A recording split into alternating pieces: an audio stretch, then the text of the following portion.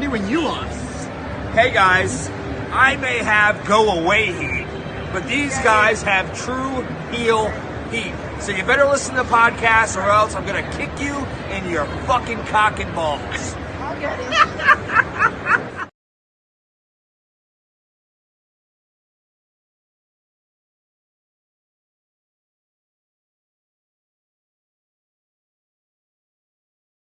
Hey everybody, it's Tony Schiavone of All Elite Wrestling, and this is True Hill Heat.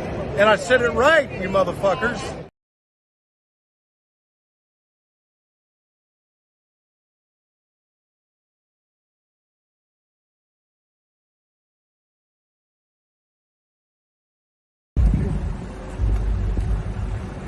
Yo, what up? You know what it is. It's your boy AJ Francis reporting to you live from New York City, the birthplace of hip-hop.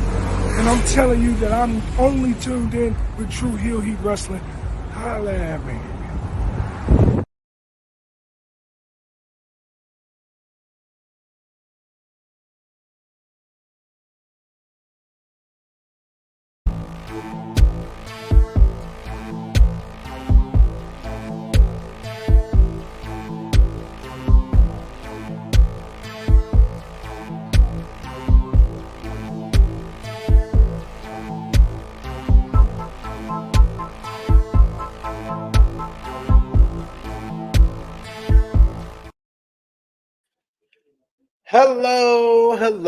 Hello. It is me, your True Hill Phenom, SP3. We are live on the True Hill Heat Sports and Entertainment YouTube channel, as well as our Facebook and Romeo's Twitter for our Cobra Kai Season 6 Part 1 review, talking about the first 5 episodes of the final season of Cobra Kai, the spinoff from the Miyagi verse of Karate Kid. And to do that, I am joined by my co-host over on the True Hill Heat flagship podcast, my main man, 100 grand, the true draw himself, Josh. How are you doing? Doing good. Looking forward to talking about some Cobra Kai. Show I've been following since season 1. So I look forward to talking about everything, and the first half of the series finale. Of the final season. It's a lot to talk about. Indeed. We have a lot to discuss. We appreciate y'all if you're watching us live. We appreciate y'all if you're watching us on demand. Remember to show your appreciation back the simplest way possible. You drop the thumbs up on the video. That helps the YouTube algorithms for our secondary channel here on True Hill Heat Sports and Entertainment. And our third host, Harlem, is here. Say hi to everybody. Hi, everybody. Say hi to Josh. Hi, Josh. Hi. I need to move on. And are you Cobra Kai or Miyagi? Miyagi. Okay, you have you have balance, or you strike first. Okay, you're all confused. You're supposed to say balance because you're Miyagi. Okay, let's go. Hi. Insane. Where are you going? Oh, you're hiding and seeking. Your mommy's gonna be looking for you if you hide over there. But okay, let's talk about Cobra Kai. Don't knock stuff down, please. We're gonna be talking about Cobra Kai, so drop a thumbs up on the video. You can share this video with all your Cobra Kai friends and family. And of course, if you are new to the True Hill Heat Sports and Entertainment YouTube channel, hit that subscribe button, hit the bell to stay notified for all the great content here. We have reviews on Supercell from Netflix. We also got reviews on the Beverly Hills Cop movie. We did all bunch of reviews episode by episode on Power Book 2 Ghost season, the final season for that show. You can't be playing YouTube videos. We're this is a new channel. We're gonna get copyrighted. All right, you gotta go. No. Yes, you gotta go. I'm working. She's working, but you can't play on your phone if you're working. No, I'm scared. This is how it is, people, when you have a kid and you're trying to review Cobra Kai. But yes, we're talking about Cobra Kai. We got in the chat Negro Buck Nick Jackson, who says hi, Harlem.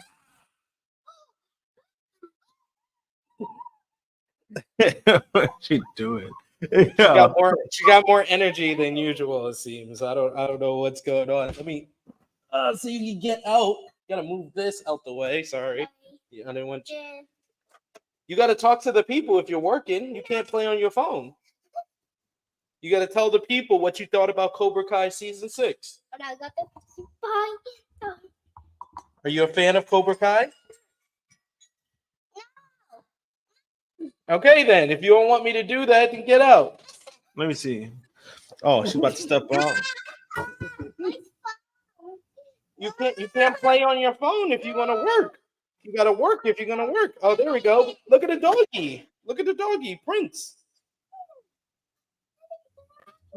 She's just sitting on the floor at this point. But yes, we're going to talk about Cobra Kai season 6. So you said, Josh, that's what was going to be my first question to you. And of course, if you're watching us live on any of the platforms, you can sound off in the live chat, give us your thoughts on Cobra Kai, the series overall, and season 6 part 1. But you said you started watching in season 1, so you were watching when it was on YouTube Red.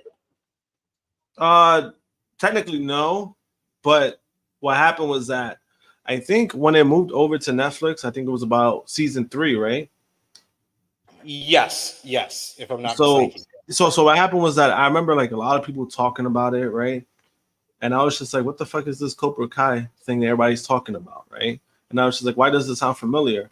So then when I found out it was like about like the old, like the Karate Kid and like the old actors coming back and everything, I was like, oh, this looks interesting. Let me check it out. So I binge watched it from like season 1 to all the way to 3, and that's how I started like keeping up with it after that. Okay. So yeah, I started watching it because I think it went to Netflix right before season 3.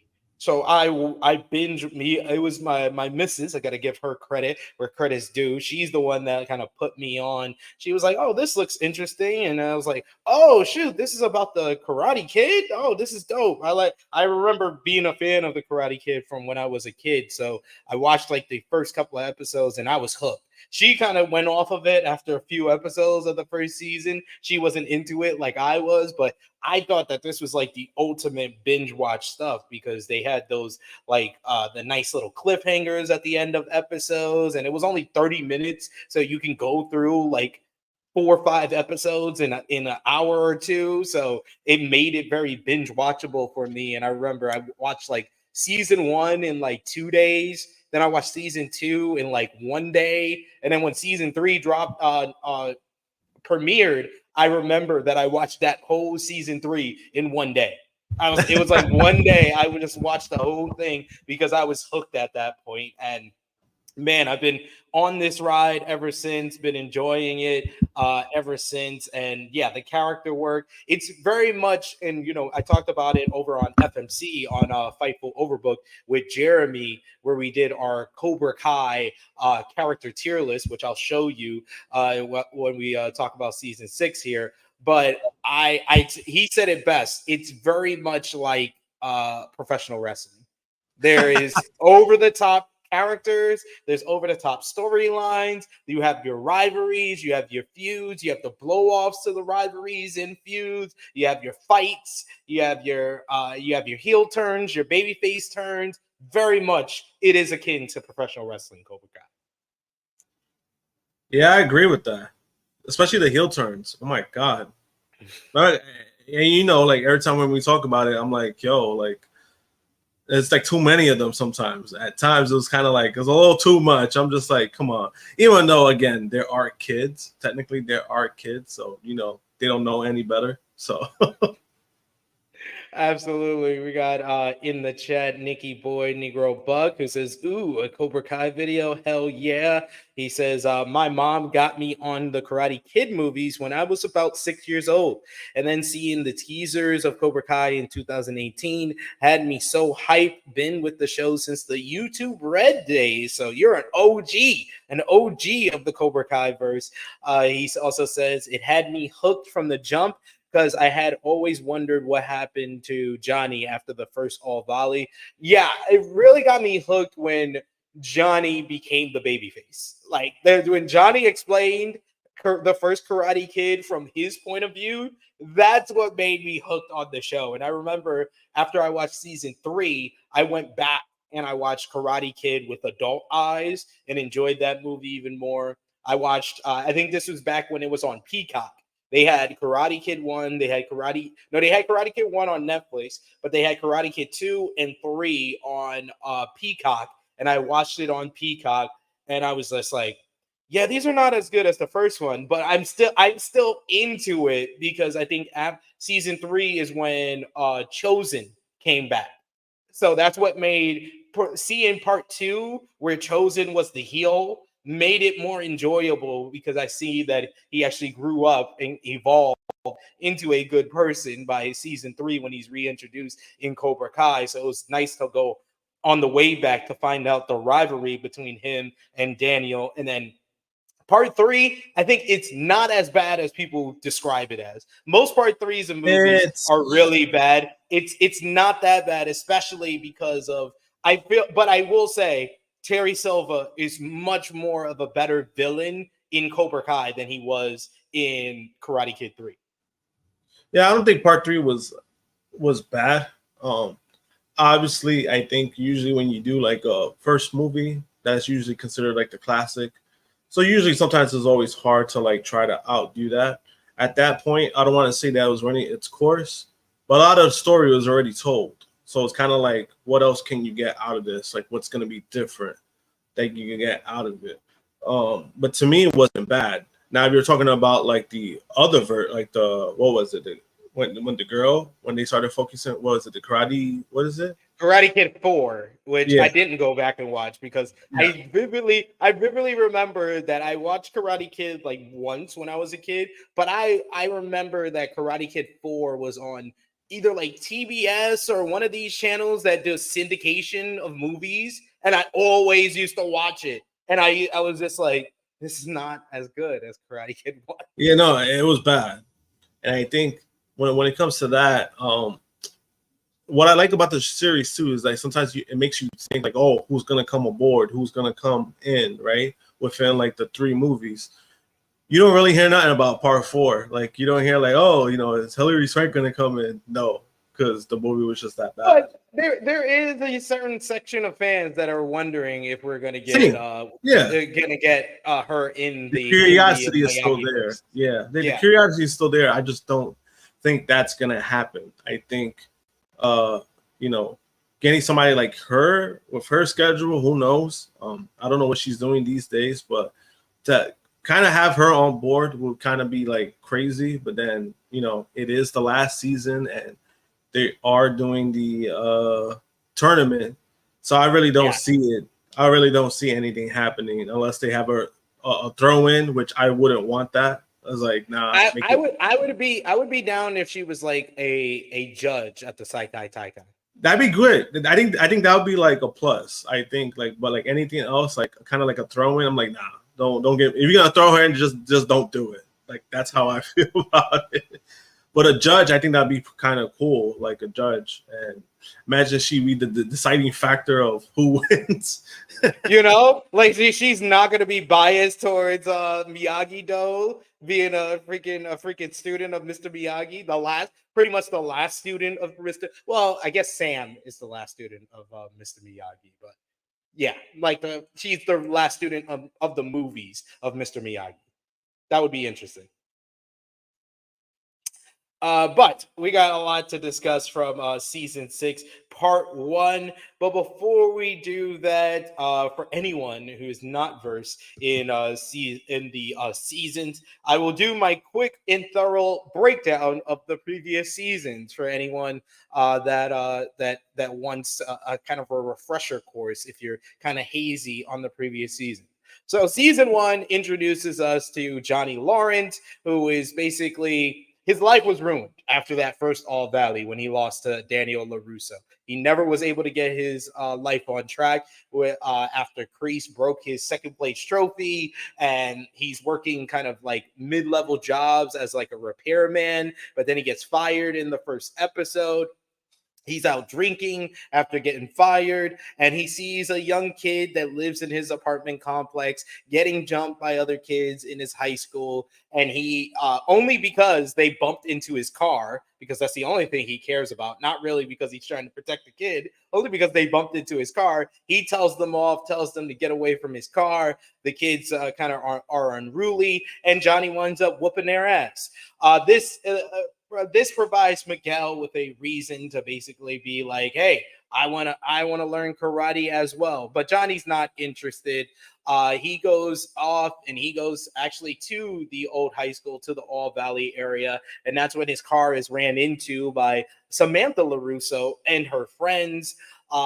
Johnny goes to the LaRusso auto place, and he meets up with Daniel, and Daniel is very like nonchalantly cocky. Not really like overtly cocky, but very cocky. Is like, yeah, I whooped his ass in the All Valley, talking to his workers at the place, and this kind of pisses off Johnny, and it gives him enough kick in the ass, enough motivation that he does decide that he's gonna start teaching karate to Miguel, and he's gonna reopen Cobra Kai. So we get him and Miguel. He's kind of teaching him the ropes. We get Aisha, who is one of Samantha's friends, but not a part of her new friend group, because Samantha's a part of the new cool kids. She's being bullied. She goes to Cobra Kai, and she wants to be a student as well. We also have Miguel's friends who are also being bullied by those bullies at the high school in Eli Moskowitz and Dimitri.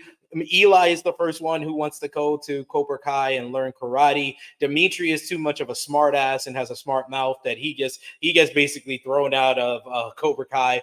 And but when Eli comes, Johnny makes fun of his lip like the people in the high school do, and he says that he has to flip the script, which leads to Eli getting a mohawk and becoming Hawk. So that's the little tidbits on the Cobra Kai side of things. We also have Johnny's son, Robbie, we're introduced to, and they have a very exchange relationship. Robbie's out, stealing stuff from different like auto places with his delinquent friends. And Johnny is called when he's missing class, and he tries to, help out Robbie, but they just have a horrible relationship because Johnny wasn't there for his baby mama or Robbie. And Robbie, after seeing the relationship that's developing between Johnny and Miguel, he decides to be petty, and he goes to get a job at LaRusso auto place, and he starts to learn Miyagi Doi from Daniel LaRusso.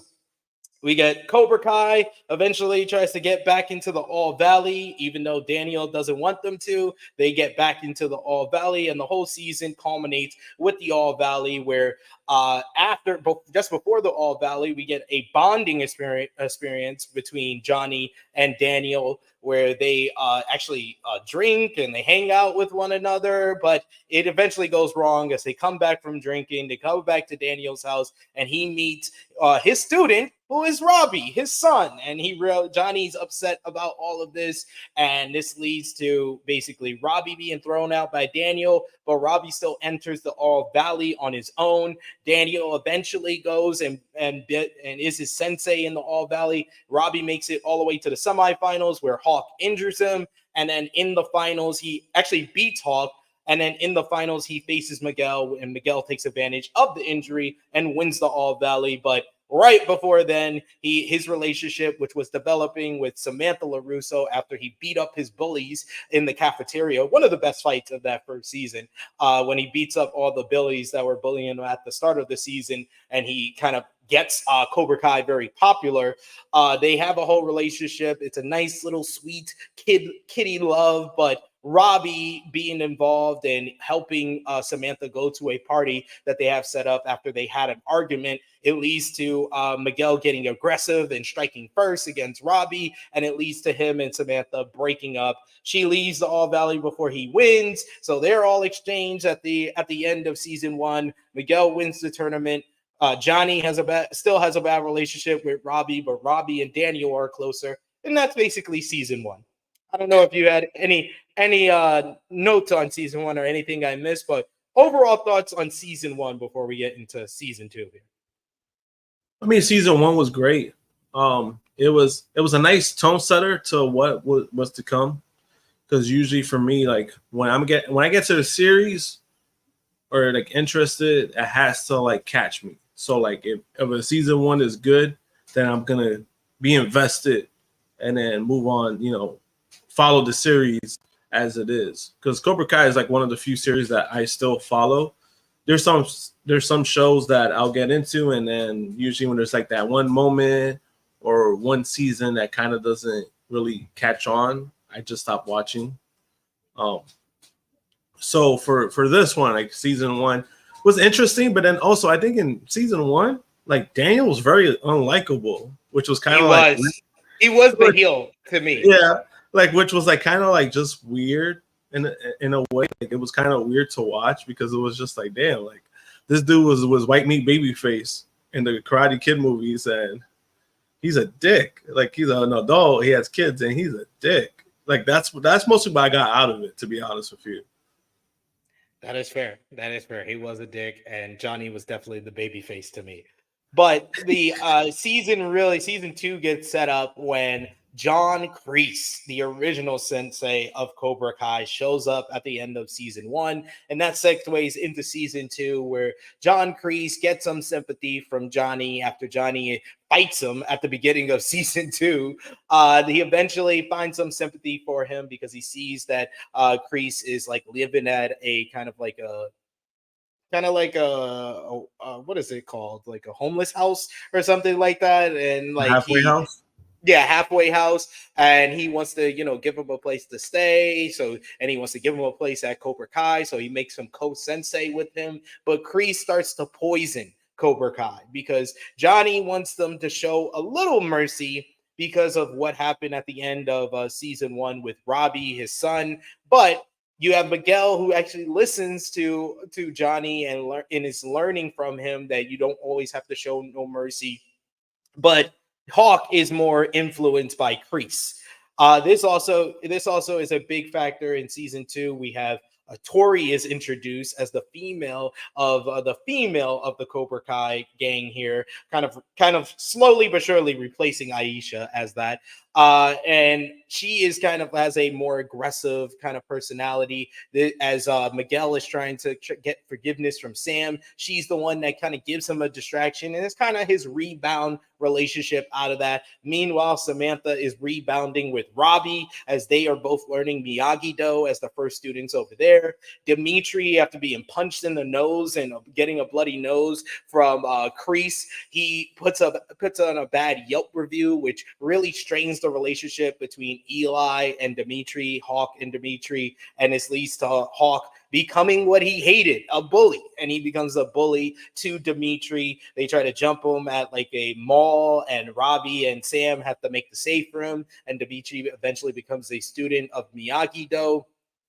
Everything culminates basically in the school fight, which is still, I don't know about you, it's still the best fight in this whole show's history. The school fight is like the biggest, Oh no, it is. That's the best scene. It's the best fight they've ever done. Other people from like Cobra Kai that are important for this season that are introduced. You have Stingray, who is in like his 30s, but is learning karate with a whole bunch of kids. He tries to get a job at the school, but he winds up getting involved in this big school fight. And the school fight culminates with Sam beating Tory, even though Tory's got freaking brass knuckles with spikes, and she cuts her arm. Sam still wins that fight at the school fight. Hawk has been beating up multiple people from Miyagi Do. Then he goes after Dimitri, and Dimitri actually beats him in the school fight. But the school fight culminates with Miguel and Robbie. Miguel gets the better of Robbie, but he actually shows him mercy, listening to the lessons that Johnny taught him. But Robbie is so overcome with rage because the night before the school fight, they went to a party, and Sam and Miguel, because Sam had been drinking, basically reconcile and kiss one another. Tory sees that, and she's the one that initiates the school fight over the loudspeakers, like, LaRusso, I'm going to get you if you don't come to me. like the evil bitch that she was in season 2. And this leads to Robbie getting so overcome with rage after the relationship between Miguel and Johnny. And now Miguel is trying to go in on his girl in Sam, that he kicks him off of like the second floor of the school. Miguel goes down onto a railing and he is in a coma. And that's how we basically end season 2. It seemed like Robbie and Johnny were actually reconciling their father-son relationship just before that. But this whole big spanner with the big fight, Johnny is concerned with Miguel. Miguel's mom doesn't want him anywhere near him because she feels like karate is the reason that he's in this situation. Robbie runs off after the whole big school fight, after Sam is like, Robbie, what did you do? And everybody is in shambles after this. Season 2, I will say, is probably my favorite season because of the school fight.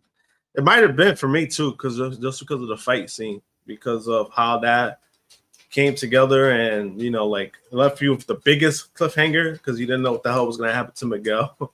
That was crazy. And then I don't know, I always found this guy Stinger. I always found him to be creepy because it's like, bro, why are you why are you hanging around kids?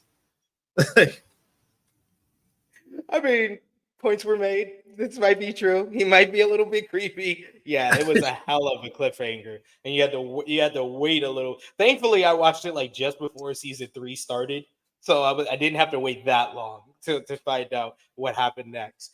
So season 3 is a couple of different major stories. You have Miguel, who is trying to, walk again. He reconciles with Johnny, and Johnny is kind of his coach in his rehab, getting him to walk again, getting him to, learn how to function again after his coma and, not being able to kind of move his legs after the whole school fight. You have Robbie, who runs off, and he's eventually kind of talked to by Daniel, who gets him to go to basically juvie for a while. But in juvie is where he really gains a lot of hate for Daniel, hate for Johnny, hate for Miguel. And John Kreese takes advantage of that because at the end of season 2, after the whole big school fight, we learned that Kreese had talked to the owners of the dojo, the people that own, the people that Johnny was renting it out to, and he sweeps under Johnny and steals Cobra Kai from him. And even his students, led by Hawk, are going with Kreese because Kreese is still about no mercy, and they believe that Johnny teaching Miguel to have mercy is the reason that he was in that situation. So we see Hawk at really his worst at the beginning of this season. He's full on bullying. He breaks his former best friend Dimitri's arm. He is just an awful person. But we see also that Kreese's kind of affection and trying to lure Robbie over to the Cobra Kai way, as well as seeing, Tory, getting close with Tory. They kind of humanize Tory, where we see that she lives with a mother that has illness and she has to take care of her brother, take care of her mother. She's getting kind of harassed by the owner of her apartment complex before Kreese steps in. So it leads to kind of Kreese getting close to Tory. He gets close to Robbie, and it kind of pushes Hawk on the side. So that makes Hawk realize that he has been poisoned by the Cobra Kai way, which would get paid off a little bit later on. Miguel's coma leads to him kind of fully reconciling with Sam, which pisses off Robbie even more when he comes out of juvie and he sees this girl with Miguel at Miyagi Doi. So yeah, everything is kind of all messed up, and this leads to our big fight of the season, which is at the LaRusso household, because we have the former students of Cobra Kai that have all been kind of shunned by Kreese are basically going to become students once again of Johnny when Johnny decides he wants to become a sensei again, and he creates Eagle Fang. And we have the Miyagi Doi students, and they want to bring each other together to fight against Cobra Kai. But Cobra Kai comes up on the LaRusso household, led by Tory and Hawk. Now Kyler, who was the leader of the bullies that were bullying Miguel, Dimitri, and Eli in season 1, he's a part of Cobra Kai as well, which also leads Hawk to realize that he's on the wrong side. So when the big fight happens December 19th at the LaRusso household, that's when we get the best babyface turn of the whole series, when Hawk realizes that he's been a bully, he's been a jerk, that he has to help out his friends, that he's on the wrong side. So he helps Dimitri. The binary brothers are back together. They beat up Cobra Kai, leading the way. You get Miguel, who just learned to walk and is just in his first fight. He finally gets the one up and beats Kyler one-on-one after Kyler learned karate. He beats him one-on-one. You get Sam, who has really had a lot of anxiety after the school fight and getting her arm marked up by Tory. She learns to get some courage and fights against Tory, but they tell her that the fight is over. And then after learning that they went after the LaRusso household, Johnny goes and tries to confront Kreese at the Cobra Kai dojo, and he sees that his son is now a member of Cobra Kai, which leads to a big fight with John Kreese. Kreese gets the better of him after Johnny goes to try to look after Robbie, who tries to stop him from fighting, but he runs into a locker like an idiot. And Kreese gets the better of him, which leads to LaRusso making the save. And LaRusso gets the better of Kreese because LaRusso, at the beginning of the season, he goes back to Japan, like in Karate Kid 2. He meets up with Kumiko, and he meets up with Chosen, who is now a fully fledged baby face, and he teaches him different arts of the Miyagi Doi that he learned that makes him even a more dangerous fighter. And it helps out LaRusso because he uses that technique against Kreese, and they get the better of him. And at the end of season 3, we get Johnny and Daniel on the same side for the first time as they blend their two dojos together. I will say, season 3 had the most satisfying conclusion of them all. What did you think of season 3? Same thing. It kind of just felt like everything was right. Like everything that basically maybe that we probably felt like we needed, we got. And, for them to kind of join forces, that was a cool thing to see. Because it's something that we probably never thought would happen, but it finally did. And, again, it also left off a nice little cliffhanger because it was kind of like one of those things where, Cobra Kai was going to re-up. We didn't know how, but Miyagi Doi was ready for anything. Yeah. So season 4, this is what I call the Terry Silver season, because Terry Silver is brought back into the fight with Johnny and Daniel together. Kreese realizes that he needs some backup, so he calls on his old friend Terry Silver from Karate Kid 3. Silver is a changed man. He's all mellow and stuff, but Kreese brings back that dark side of Terry Silver, and Terry Silver becomes like, he puts more money into Cobra Kai. He starts developing the students more. We're also introduced to Kenny Payne, who is the brother of basically Robbie's bully in the Juvenile Delinquent Center, Sean Payne, who tells him to connect with Robbie. So Kenny is being bullied by Anthony LaRusso, who is the son of Daniel, and he's being bullied by a bunch of his fans, both on cyber and in real life. And Robbie teaches him Cobra Kai as well as some of Miyagi Doi. Robbie is now fully in Cobra Kai, so he teaches them everything that he learned from Cobra Kai, and that prepares them well for the All Valley, is how we conclude season 4. And in the All Valley, Cobra Kai wins, despite the fact that Eli, who went through a whole redemption arc in season 4, he starts off where he's like the punching bag for Eagle fame.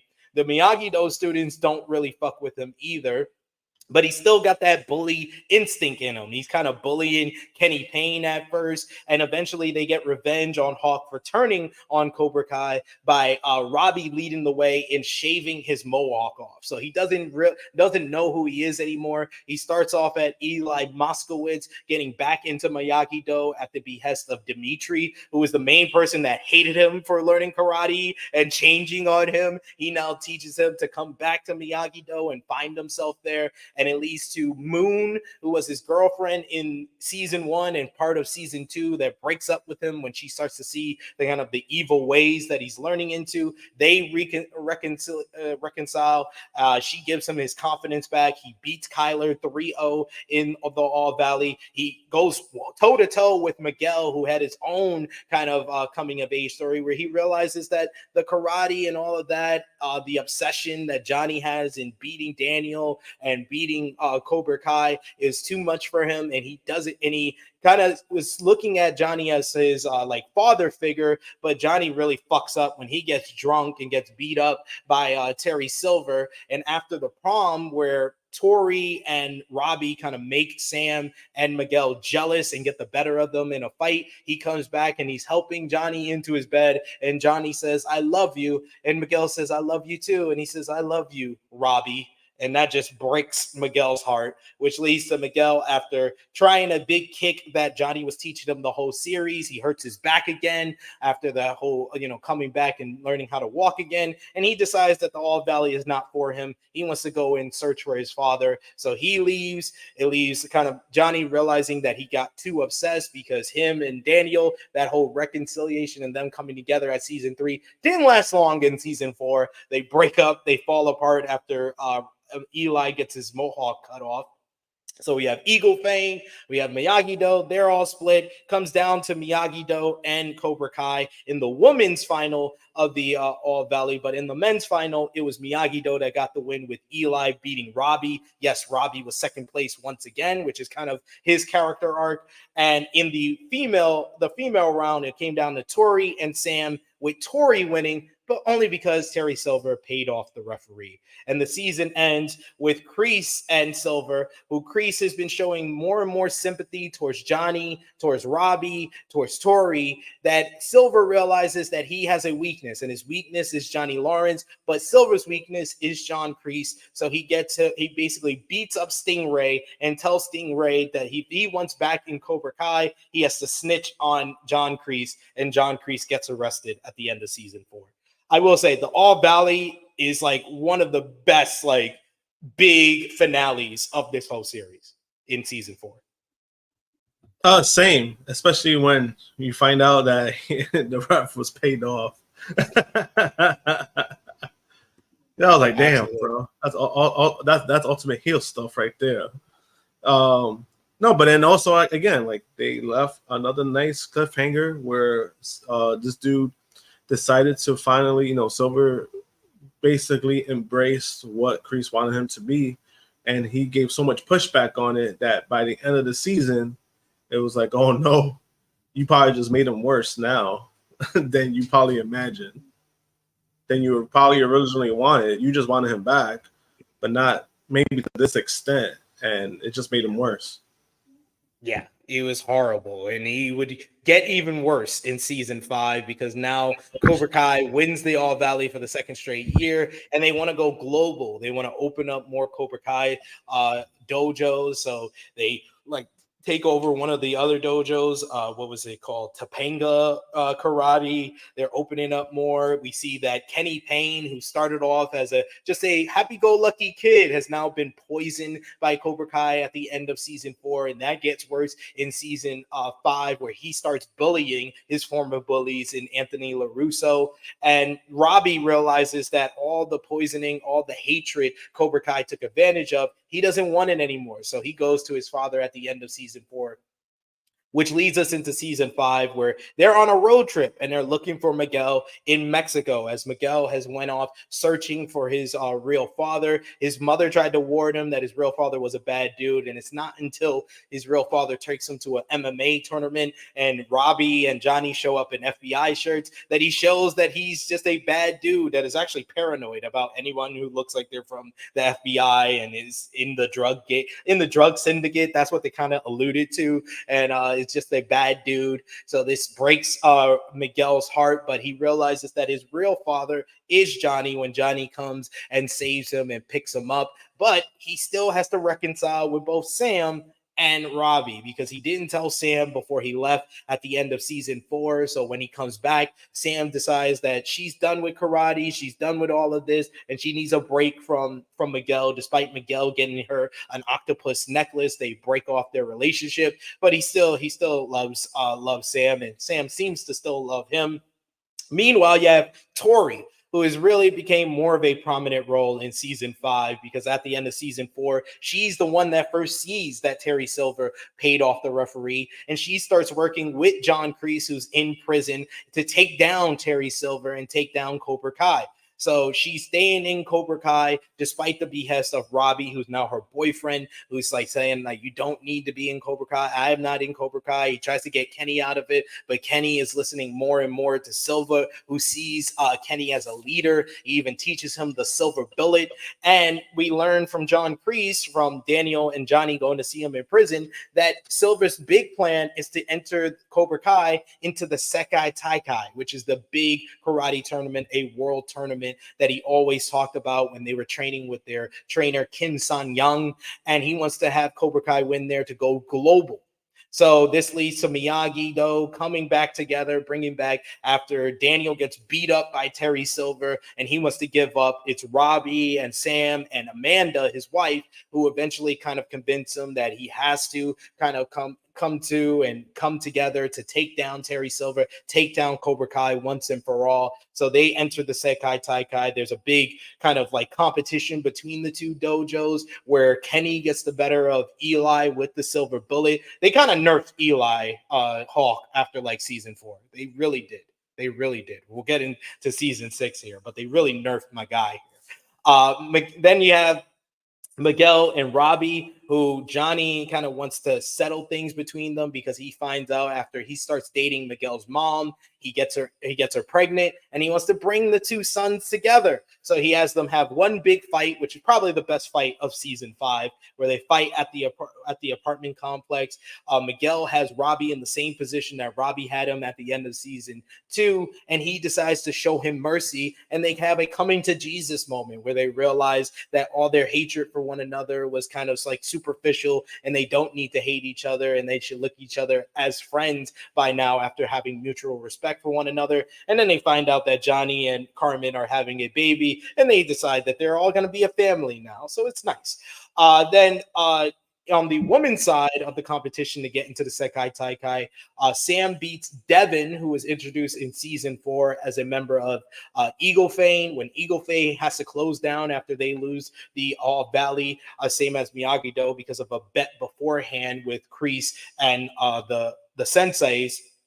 We get her versus Sam, and Sam gets the better of her and gets the win. So Sekai Taikai decides both dojos are going to come into. But Tory comes to Sam and lets her know that the referee was paid off at the end of season 4 for the All Valley. So it leads to Tory teaming up with Miyagi Do to take down Cobra Kai. They leak the footage of Silver admitting that he paid off the refs and that he's been doing all types of shady shit. And it leads to Daniel beating Silver at the end of season 5. Silver gets arrested. Cobra Kai is basically shut down. The end of the Karate Wars in the All Valley. And honestly, season 5 should have been when we ended this whole thing. Honestly, I'll be honest. Before we even get into season 6, part 1, I'm gonna say that should have been the end of the whole series. That's what I would say. Yeah, I kind of agree. Because it's like when you do shows like this, again, like what I said earlier, sometimes it's really hard to keep going and to like find like new stories or what's gonna be next, right? What's the next big step for this? And I think that it ended. You would think like that would be the end of it, but they probably felt like there's some loose ends, to clean up or to like to settle, especially when you had Kreese fake his own death, so they wanted to allude to that, So I mean, I kind of agree, and I think that this was the season where I enjoyed it. I know a lot of people didn't. A lot of people weren't like too fond with this season. I still enjoyed it. Like, was it as good as prior ones? No, I don't think it was. But it had some nice stuff. It had like like Silver's reign going on. It had that stuff. You had Miguel and Robbie finally reconcile, and then it was funny because Johnny was more worried about like how he would break the news of like Miguel's mom being pregnant, so he didn't know how that would come about, and that actually brought them closer. And I think which I thought that was a nice touch, like to kind of go a different direction instead of like more like bitterness or more resentment. It was more of just them embracing what's going on. So that that's basically what I got from the season as well. Yeah, it's like should have ended now, like, or like if you're gonna do that, you probably should have prolonged that. Like if you're gonna have like the way it ended, like with this guy getting arrested, maybe. But here we are now for season 6. Yeah, because it felt like everybody had like a natural conclusion for their arcs. Like Johnny learning how to be an adult. He's got a whole family now. Like he has that sense of family that he really wanted at the beginning of the series. Daniel has grown more and seen that Miyagi Do is great for him and it helped him a lot, but he doesn't have to stay fixated on making Mr. Miyagi this like godlike figure, that he needs to like learn about his family more and gain a better relationship, because he got a better relationship with like Anthony in this season and also with Sam and Miguel reunited at the end of the season when she showed him that she saw the octopus necklace, and they were the first couple to kind of say, the young couples to say that they love each other. Robbie and Tory reconciled at the end of the season. Kenny left Cobra Kai finally after Robbie was trying to get him to kind of see the light at the beginning of the season. Like everything went to its natural conclusion, and then they just had to give shoehorn kind of a cliffhanger with Kreese kind of faking his death to get out of prison to kind of have any reason to have a season 6. But I will say these first 5 episodes, it was kind of the weakest batch of episodes that we've gotten from the series. I liked season 5, but I will admit, like, yeah, it was like a step down from the first 4 seasons. The first 4 seasons are just great television, kept you on the edge of your seat. Not so much with like Cobra season 5. I felt like they took too long with the Mexico arc doing into that, and then we didn't even learn about the Sekai Taikai till like episode 4, episode 5, which would become a big factor by the end of the season. And then that's the whole big thing with this first half of the season, is just training and getting ready for the Sekai Taikai. Like it was great in season 5. We got Mike Barnes back, and then they were able to reintroduce him here into the first 5 episodes of season 6. But really, my honest thing is, like, it felt like none of the young actors have anything to do. Like it felt like shoehorned and not interesting, like them worried about college and stuff like that. Johnny, they kind of like regressed all the progression that we got from him with like him trying to get like an apartment, a house for the family, and he's still kind of like like really not mature. The whole sleepover thing where he doesn't know how to like talk to girls. I know this was supposed to help him because now we know he's having a girl with Carmen, but that felt like kind of a regression of his character. What else we got? Eli and Dimitri. I would say their whole thing where we kind of got a heel turn for Dimitri. That was probably the most interesting thing about these first 6 episodes of these first 5 episodes of season 6. What did you kind of think like stood out the most? I like the Eli and Dimitri kind of storyline with them, wanting to go to MIT for all these years, but Eli, after they have like this big frat party where we get Kyler turning babyface, which was a good touch to have in this season. Kyler turning babyface, teaming up with the Miyagi Do guys and beating up the frat house. That was a nice little change there, but that whole frat fight leads to Eli not wanting to do early admissions into MIT, but he's not even saying that he's not going to MIT. So that also, even though I like the Eli and Dimitri stuff, that felt kind of forced at the end of the day. And with Miguel trying to get into Stanford, I'm not really interested in that. Robbie trying to, gain something after being second place, that's fine. But we thought like at the first episode, you see like him trying to convince Kenny to come to Miyagi Do, and then they completely drop that story, and we never get a scene with Robbie and Kenny for the rest of the first 5 episodes. It just feels like it's very much forced, and they're dragging this shit out. Yeah, like honestly, with season 6, the first 5 episodes, I still enjoy it just because it's Cobra Kai, but I did feel like there was something missing. Like I did feel like there was kind of like, usually like when we have like the Cobra Kai seasons, we either have like either a heel turn or like, some kind of like suspense or like something that goes like a 360. we kind of didn't get that. It kind of feels like it's cruise control to the last 5 episodes. That's what it kind of felt like to me. The most significant thing was probably Tory, like Tory's mom passing away. And you kind of see how unhinged she gets after that, like how she thinks she's fine. You know, they want to protect her, but then she kind of like back, you know, like she feels like there's that's, you know, like they feel like they were favoring Sam by doing that because of the fight, you know, like whoever won was going, you know, was getting picked. And they felt like they were picking Sam again, but it was more like, no, we're protecting you because you're not in the right mindset.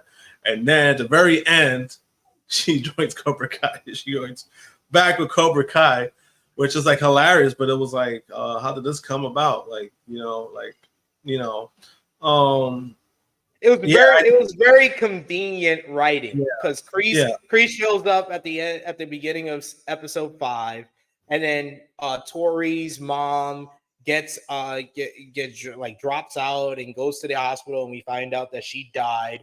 And Tory kind of is just so emotionally unhinged before they have to do like the captain fight for the Sekai Taikai. And you could tell that she's fighting kind of in that same kind of hatred and anger way that she used to when she was with Cobra Kai. And it's not eventually until Amanda, who like they started their relationship, Amanda and Tory, in like season 4, and she's a freaking emergency contact now. We progressed that far where she's an emergency contact for Tory. It's not until she finds out that, you know, they want to put a stop to it, even though multiple people saw that she did not look right before she even gets to the fight. I'm like, why is nobody like asking her what's wrong? But then also she wasn't even contacting nobody. So why didn't they like put 2 to 2 together? You know, like, oh, we haven't heard from you, and all of a sudden, you know, like Robbie. Remember, Robbie was calling her, but then when she showed up, it was kind of like he kind of took it like it was like nothing, or like not nothing, but then he was kind of like, you know, what's been going or whatever. Like as in like, I mean, all I'm saying is that if I'm, you know, like, well, it would have been like, well, Wendy, if I haven't heard from her and all of a sudden she shows up, I've been like, what the like, you know, I'll be pissed. Like there was none of that. There was, you know what I mean? Like there was none of that. So I get it. Like when it comes to that. But yeah, like, you know, when it comes to that, that was probably the most thing that probably stuck out for me was like the whole. But then again, we didn't get that towards like the last 2 episodes. Like we didn't get that. That was the last episode. We got all of that with Tory, which I will say, Peyton List, that might have been her best performance as an actress on this whole series. Like she killed. She did an amazing job. Like you know, portraying everything with the facial expressions, with her emotions. She really got that across well. That was like the best acting performance. And she also had like one of the best scenes of the whole first 5 episodes of season 6 with her and Samantha after the sleepover, kind of finally talking to one another and kind of laying everything out on the table that like Sam was kind of insecure about Tory being the new girl and, you know, being friends with Aisha, being friends with Miguel, and she got jealous of her. So that's why she treated her a certain way. And Tory kind of like, you know, she was very, you know, remorseful for what she did to Sam during the school fight and whatnot, and them coming together. That was probably the best scene. And that sleepover episode is probably the best episode of the first 5. But like Peyton List and Tory was probably like the best part of season 6, part 1. Yeah. And then the only thing you can really look forward to, like the last 5 episodes, is how it comes together. I know like what else happened in the season. What's that girl's name? The one that, like, when that whole thing happened with the sleepover, like, whose house was that? Devin Lee. Yeah.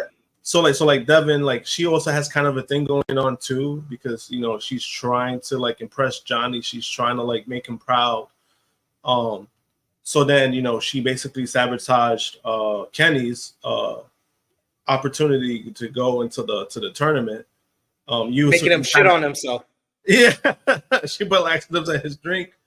So like, you know, so that's kind of a thing too, because she feels like she has a chip on her shoulder because, you know, like, again, there's so many people better than her that she thinks that she needs to be above that to try to like to get some type of satisfaction or approval from like, for what she's been doing.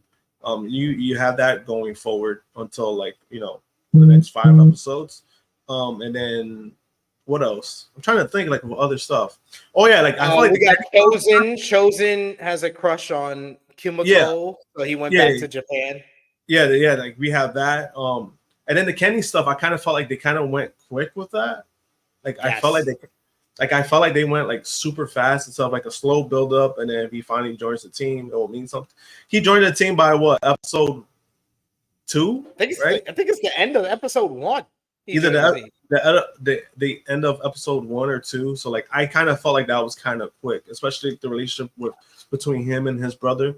I thought that would kind of like built off of something. They have a fight, and then all of a sudden his brother's like, "No, I think you should join back up with Robbie." Like what? Like what? What are we doing? Like, are y'all rushing? Like, it's not even like there's the next 5 episodes. They have 10 more episodes. Yeah. Oh, there's 10 more episodes? Yeah, there's part 2. There's going to be 5 episodes in November, and then it finishes off part 3 in January. Oh my God, why are they doing? I know. Like, I know. Why are they doing this? Anyway, I know. But like we have. I mean, there's a few things, but like it felt like it was missing something. Like the scene, like the season did feel like it was missing something. Again, I think it got saved by the cliffhanger. In my opinion, because it's kind of like shit. Now we gotta wait till November to watch it. So I mean, they had that going, but like this is kind of like what I said about The Boys when somebody asked me about like my opinion about the show The Boys, where the show sometimes when it hit its peak, sometimes it's good to just like to stop it, right? And I think like for example, like The Boys season 4, a lot of people enjoyed it. But then you have those other fans who are kind of like, oh, it wasn't as good. And then when I finally watched it, I saw why it wasn't as good as like the first 3, because of like what made The Boys like so interesting wasn't like it's not only the dark humor, it's not only like the violent scenes, it's the overall structure of the show. And I feel like season 4 kind of was missing that structure to the point that they focused more on like what do you call that? Shock value. Like they focus more on shock value instead of like keeping on with like the cohesive story that they're telling.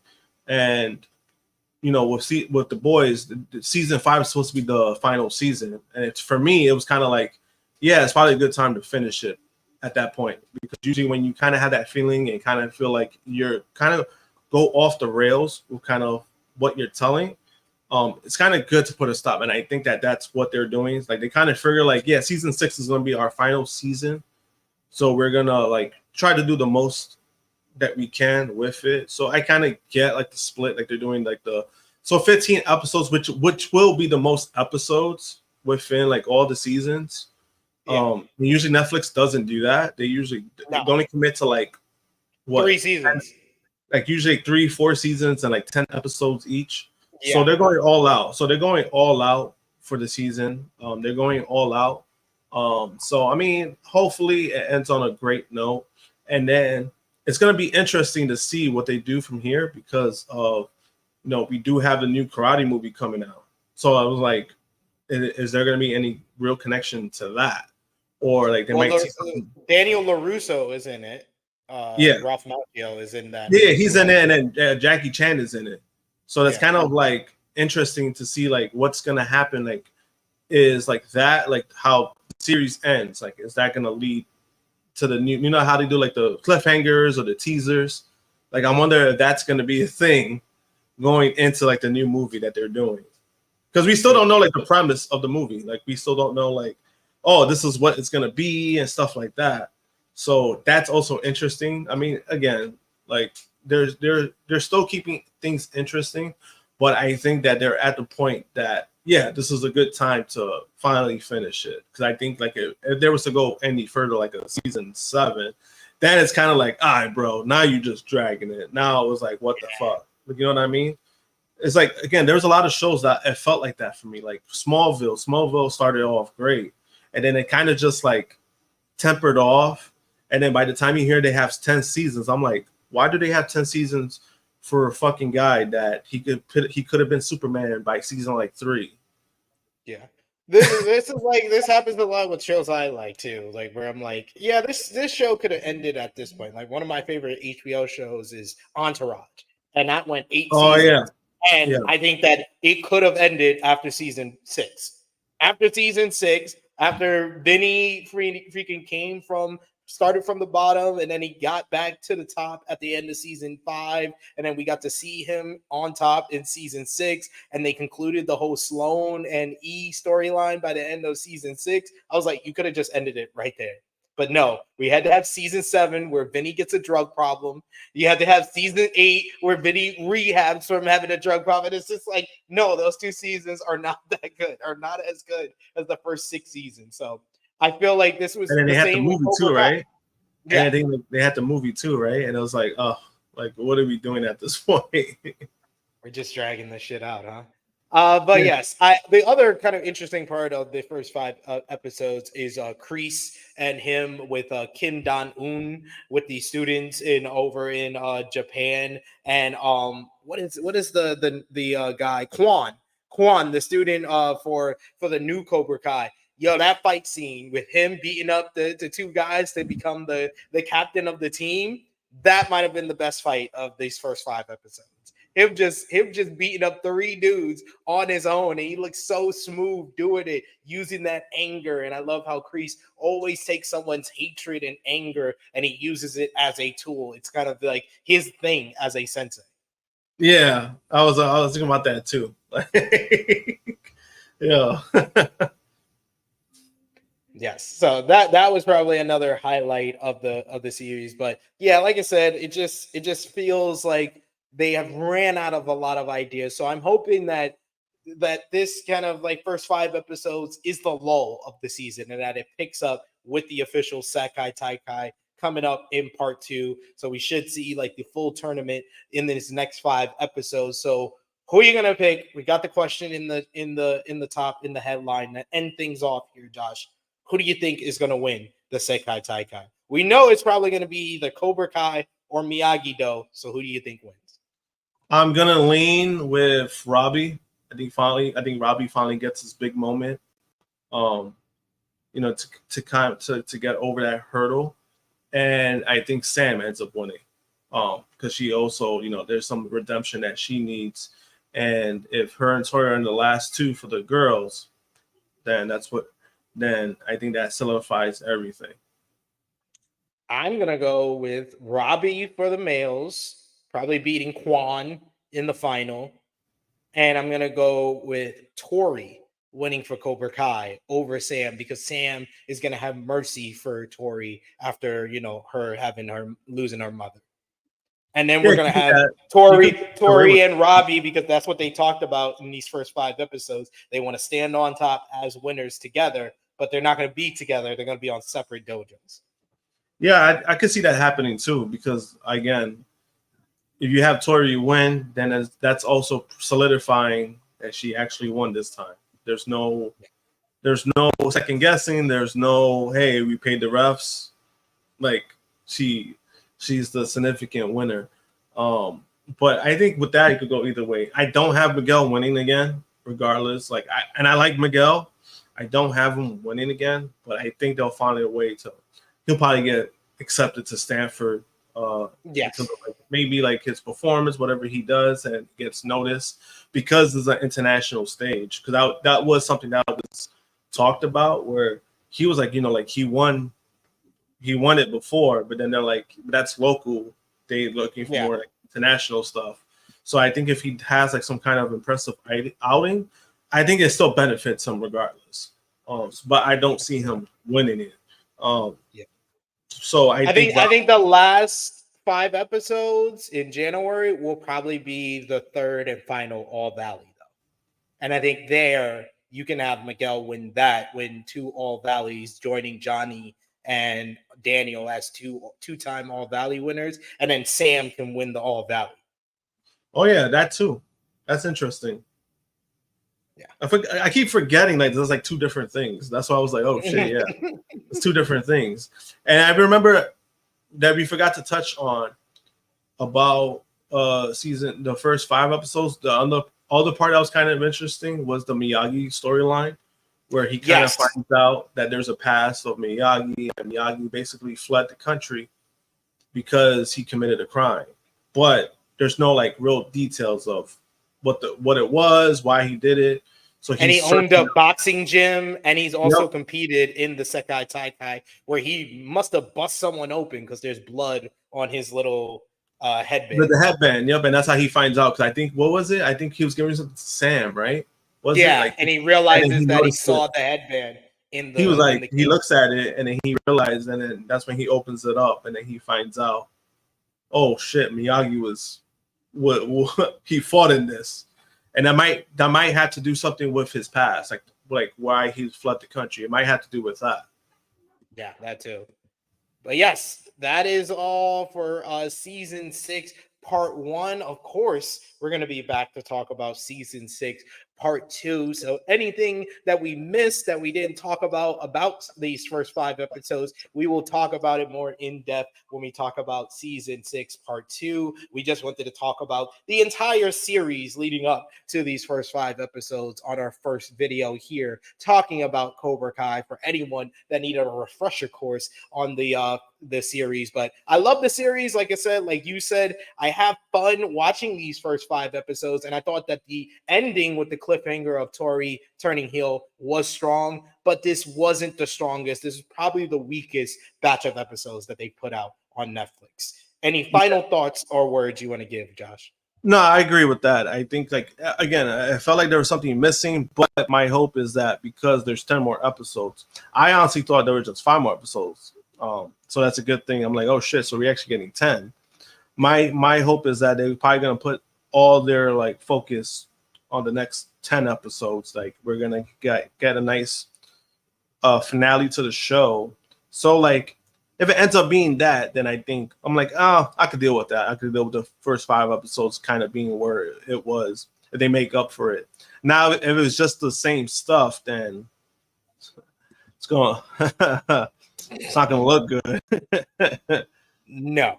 So prayers up that we're able to see a better run here. But Josh, let everybody know where they go follow you and when they will see you again, sir. You can follow me, JamPunk321, Twitter and Instagram. Next Saturday I'll be on for Chill Heat episode 291, right? Yes. Yep. See, I'm getting better at that. I'll be on for that, and yeah, I'll be on for a collision course as well.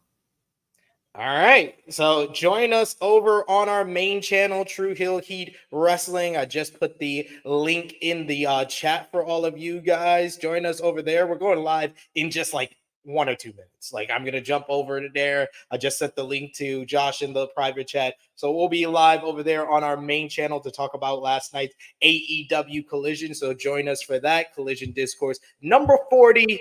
And yes, we're gonna talk about Dustin Rhodes, double champion in Ring of Honor. Oh, I have some words for that. But we will be back to talk about some more Cobra Kai Season 6 Part 2 when that drops in November. So be on the lookout for that. Me and Chrissy Love will be reviewing The Bear Season 3 on the channel coming up soon. Probably not this week because we have a big week over on the wrestling channel ahead of AEW All In. But join us over on the True Hill Heat Wrestling YouTube channel. For Josh, it is me, your True Hill Phenom, SP3. This has been our Cobra Kai Season 6, Part 1 review. We are signing off until next time.